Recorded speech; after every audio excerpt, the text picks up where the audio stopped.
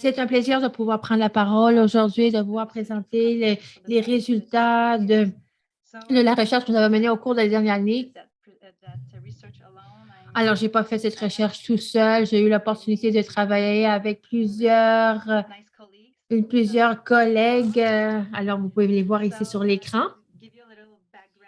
Alors, vous offrez un petit peu de conjoncture et qu'est-ce que c'est justement la maltraitance. On va passer les troubles psychologiques, la négligence psychologique, la violence physique et la violence psychologique. Alors, par exemple, vos parents sont en train de vivre cela, sont en train et aussi la négligence physique. Alors, par exemple, être rejeté par vos parents ou si vous êtes en train de vivre des commentaires, des propos assez négatifs et qu'est-ce que la recherche a démontré? Est-ce que cela, les enfants vivent plus d'une forme de maltraitance? Et en effet, plusieurs études qui sont menées à l'échelle mondiale indiquent que 40 ou jusqu'à 40 sont victimes d'abus avant l'âge de 18 ans. Et en effet, cela, c'est un petit peu plus si vous prenez en considération toutes les différentes formes de maltraitance des enfants.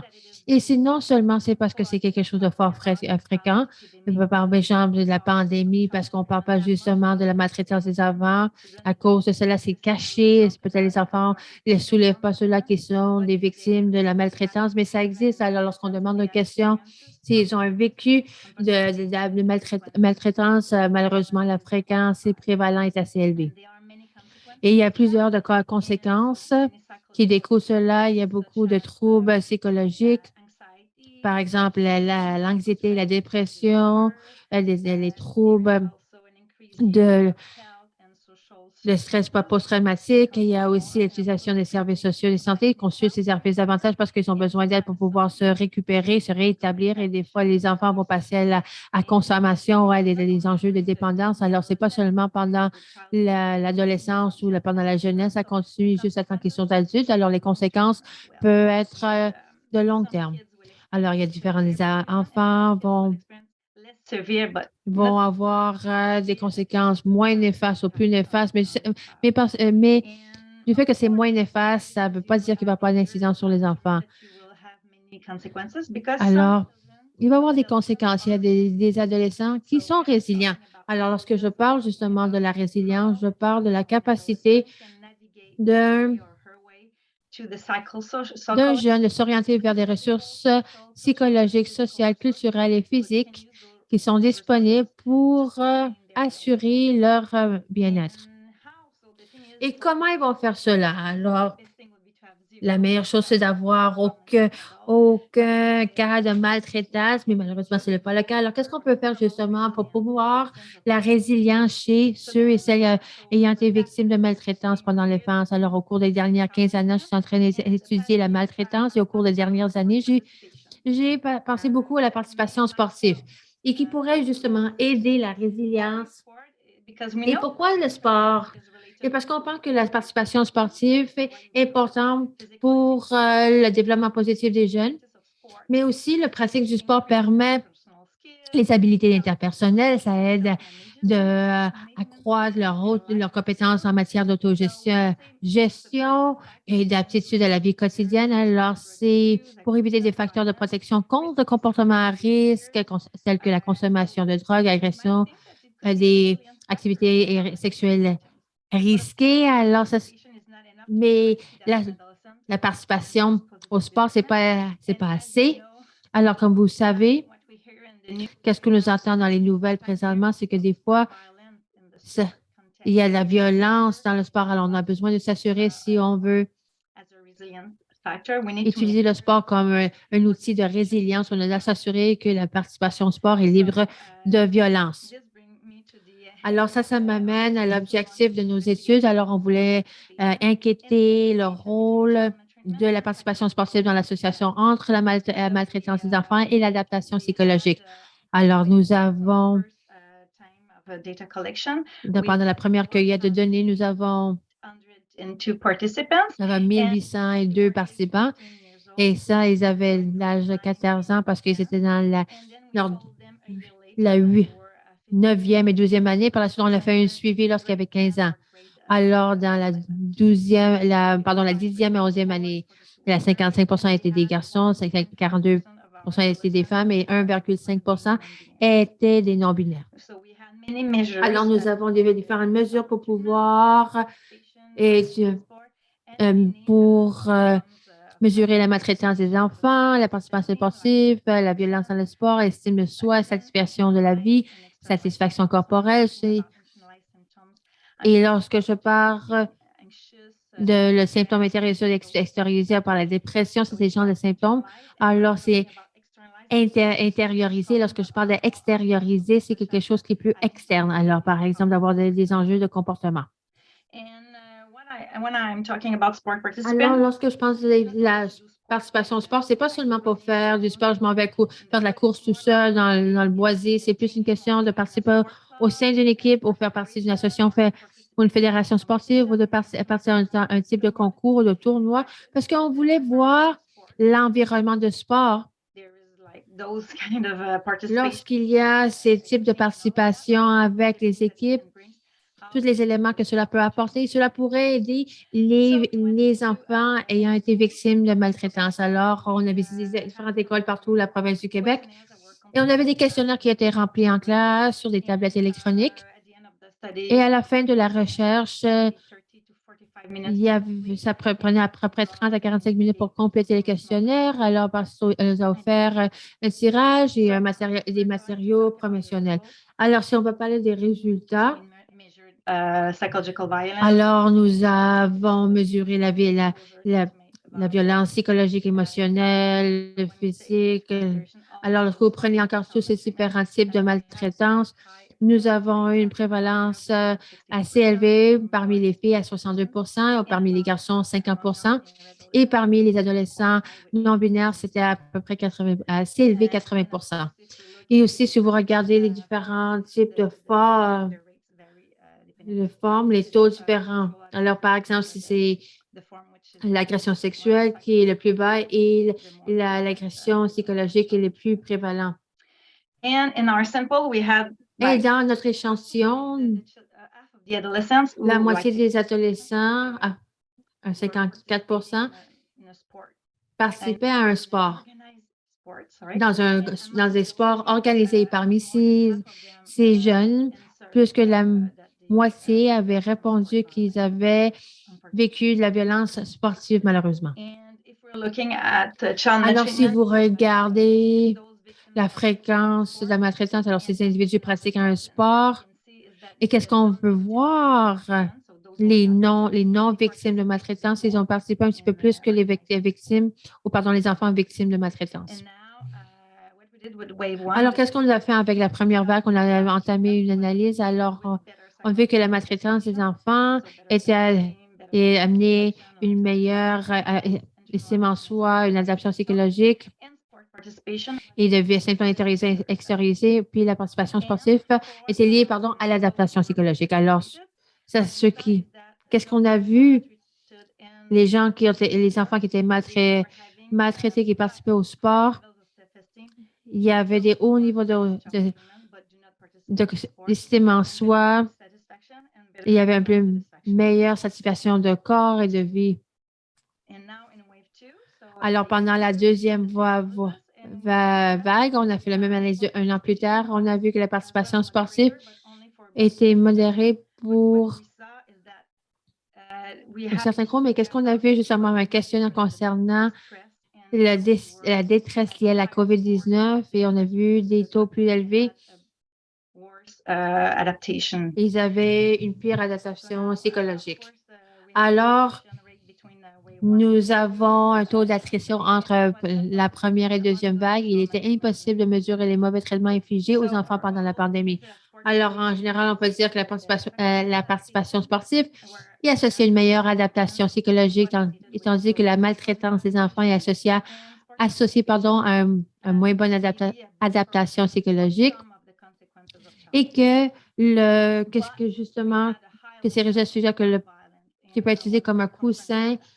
Mais il y avait haut niveau de violence. Alors, c'est important d'offrir un environnement sportif sain et sécuritaire. Alors, avec la COVID-19, il y a une incidence aussi sur les jeunes. Alors, comment on va s'assurer que les adolescents ont accès à la participation sportive à tout moment et de ne pas arrêter de participer au sport pendant une pandémie parce qu'on savait au début que la COVID-19, que toutes les activités sportives étaient arrêtées. Alors, étant donné que les victimes de maltraitance sont moins susceptibles de faire du sport, il pourrait être important de réfléchir à la manière de promouvoir la participation sportive chez les adolescents afin de favoriser la résilience et le bien-être chez les enfants victimes et aussi de s'assurer qu'il n'y a aucune violence contre les athlètes dans le sport. Alors, merci beaucoup à tous et toutes.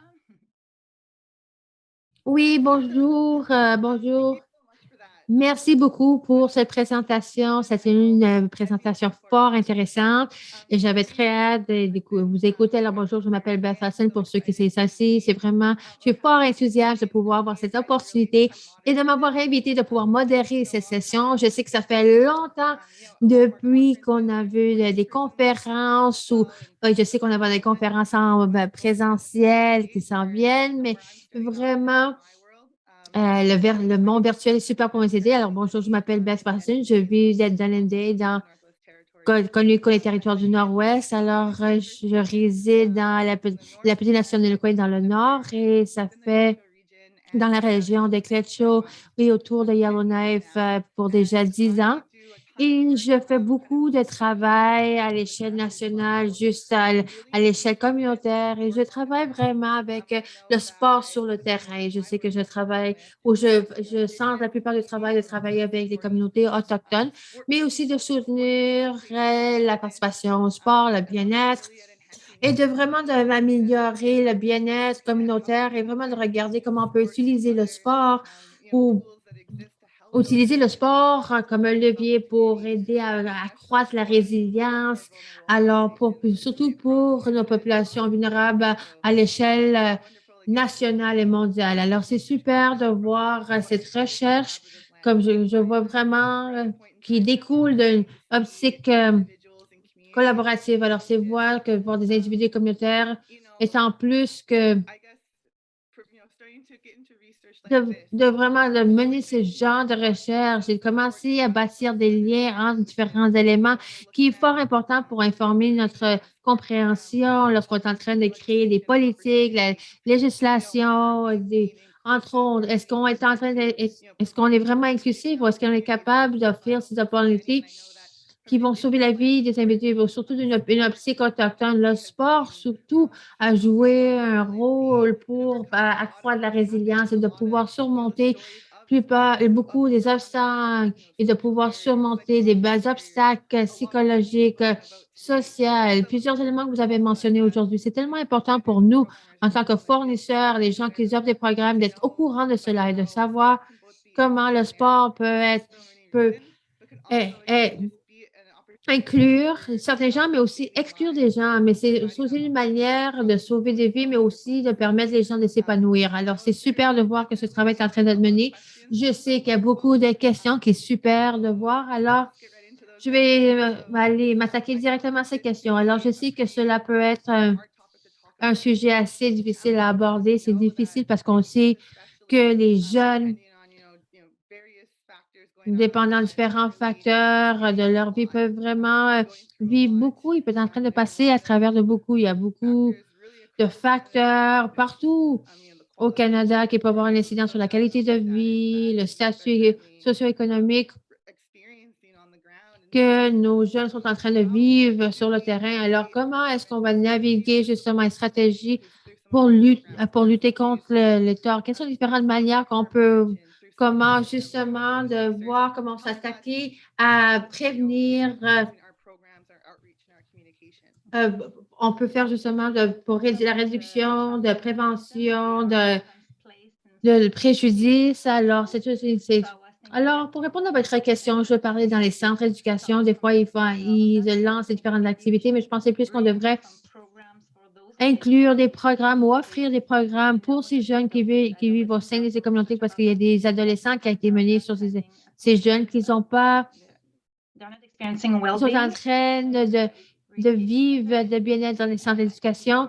Et je crois que les gens sont en train de faire un super bon travail de pouvoir aider ces adolescents, mais on peut leur offrir plus d'outils, ça pourrait les aider davantage parce que ces jeunes qui sont placés dans ces lieux, ces emplacements, ils ont un, un- un vécu et qui a été et un vécu et des traumatismes. Alors, peut-être on devrait promouvoir le sport au sein des écoles parce que tous les enfants qui font du sport, il y a du sport, mais je pense qu'on doit avoir davantage et surtout pendant les adolescents parce que les jeunes filles arrêtent de participer au sport lorsqu'ils commencent à grandir hein, pour aider tout le monde de pouvoir accès au sport. Oui, absolument. Alors, c'est tellement important. Et alors, je sais que à travers ma pratique et le travail que je mène, il n'y a pas vraiment eu beaucoup de recherche éclairée qui a été menée parmi les populations, alors ces populations vulnérables, les populations que, qui n'est pas reflétée dans la recherche de manière significative. Alors, je me demande justement, cette étude que vous avez menée, je sais que c'est limité par notre étendue et qu'est-ce qu'on est en train d'envisager, mais en matière de votre recherche et d'autres facteurs d'intersectionnalité, d'autres données, pourriez-vous examiner à l'avenir? Alors, comment vous pourriez élargir les démographies que vous avez étudiées, par exemple, genre, revenus, race, emplacement? Je pense que j'aimerais davantage examiner cela parce qu'on vient juste de commencer cela. Alors, je dois mentionner que vous travaillez dans les territoires du Nord-Ouest avec les Autochtones. Je pensais que je devrais aller là, justement, et de mener des entretiens parce que je pense que ce serait très intéressant parce qu'on sait justement que les populations autochtones ont, ont subi des traumatismes avec ce qui se passe avec les pensionnats, les parents qui ont allé au- à ces écoles et les séquelles de cela. Alors, je crois que ce serait super de pouvoir se pencher, examiner ces adolescents. Alors, je crois qu'il y avait une question concernant l'identité. Je ne sais pas si c'est le bon mot à utiliser. Parce qu'on demande aux enfants s'ils s'identifient comme garçon-fille. Puis il y a certains enfants qui s'identifient comme fille ou garçon. Et ça, c'est correct. On a besoin de prendre ça en considération. Mais lorsqu'on voit justement que ces enfants sont victimisés et quelle est la raison pour cela? Comment on peut les aider? Comment on peut justement maintenir leur résilience?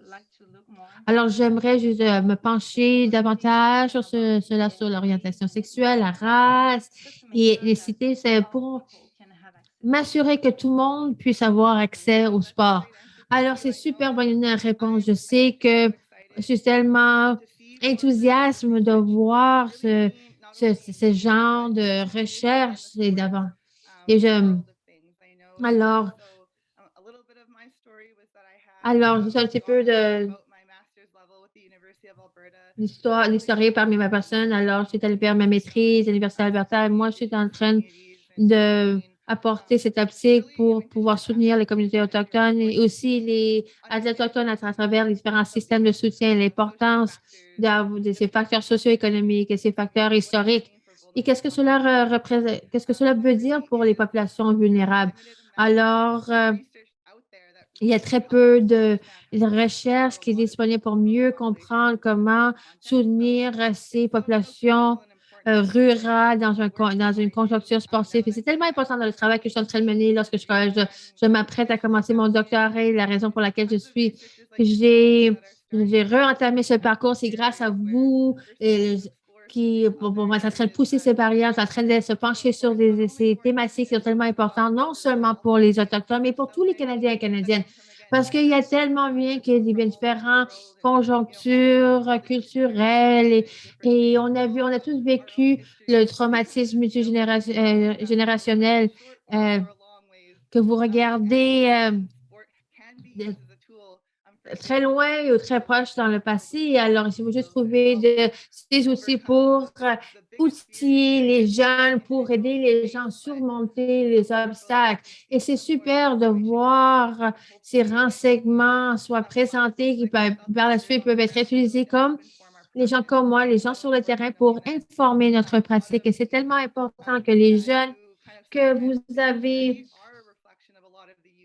mentionné, je sais, c'est vraiment une réflexion des jeunes avec qui je travaille sur le terrain et encore, on parle de la résilience, les histoires de pouvoir surmonter ces obstacles et vraiment de se centrer sur plus sur le côté positif. Alors, simplement d'avoir ce soutien de vous vraiment qui est en train de se pencher sur cette question et d'identifier des outils pour aider les gens. Alors, une dernière question.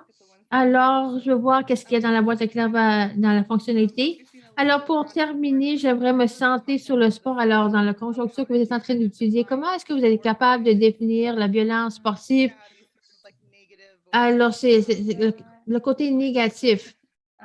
Peut-être vous êtes au courant de super bon travail que CB Parents est en train de faire sur l'équilibre sportif. Elle a préparé plusieurs sondages pour pouvoir mesurer les différents types de violence de la part des entraîneurs et entraîneuses, mais aussi des pères.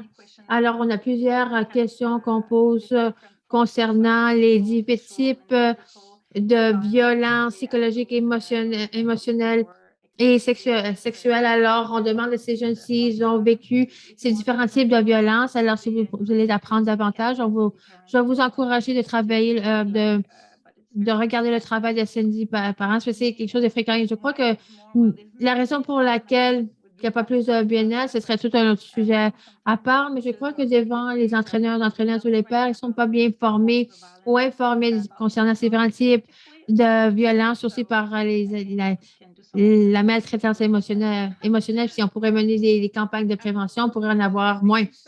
Merci beaucoup à tous et toutes. Alors, non seulement de ma propre pratique et ma propre pratique, mais surtout pour plusieurs d'entre nous qui sont en train de faire ce travail concernant les renseignements qui sont disponibles pour soutenir les populations vulnérables. Alors, merci beaucoup à tous.